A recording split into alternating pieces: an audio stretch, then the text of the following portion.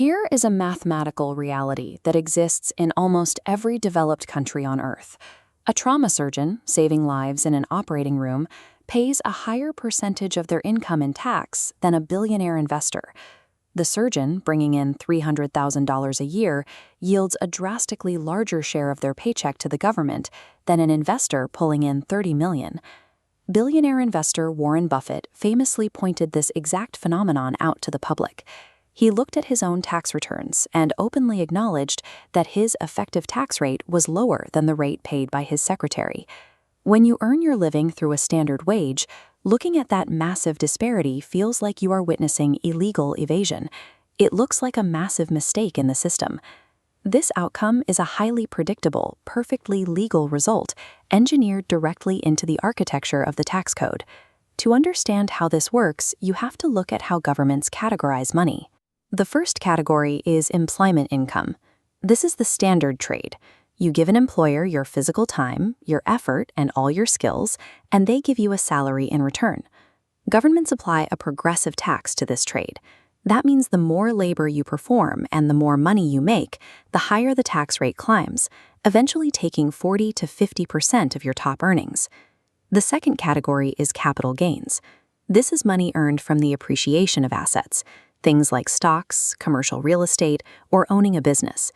In this category, the asset is doing the work, not the human being, and tax systems reward that by applying a preferential flat rate, usually hovering between 10 and 25%.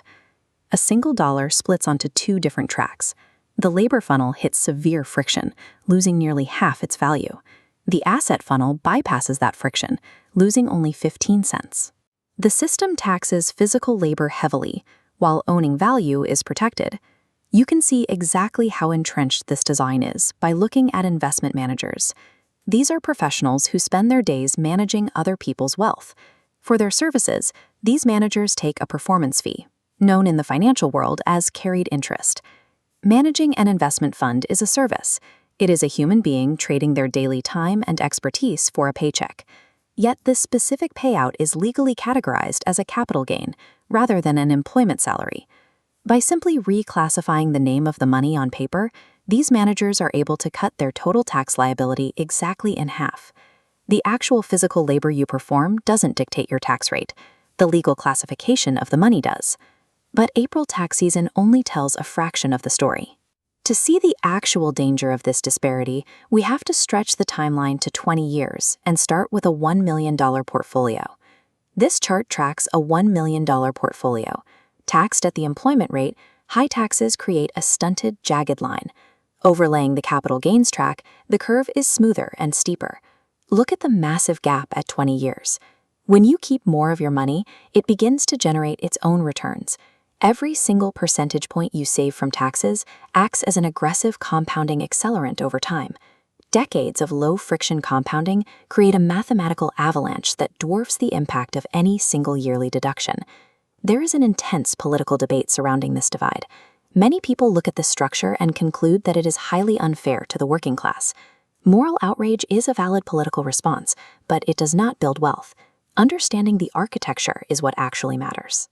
Ordinary wage earners are not locked out of the asset track. You can access it through legally designed tax-advantaged accounts like 401ks, pensions, and ISAs.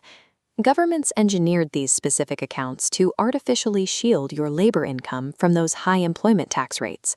They take money earned through physical work and force it into the lower-friction capital gains environment. Long-term wealth in a modern economy requires changing the legal category of your income, transitioning from a laborer to an owner.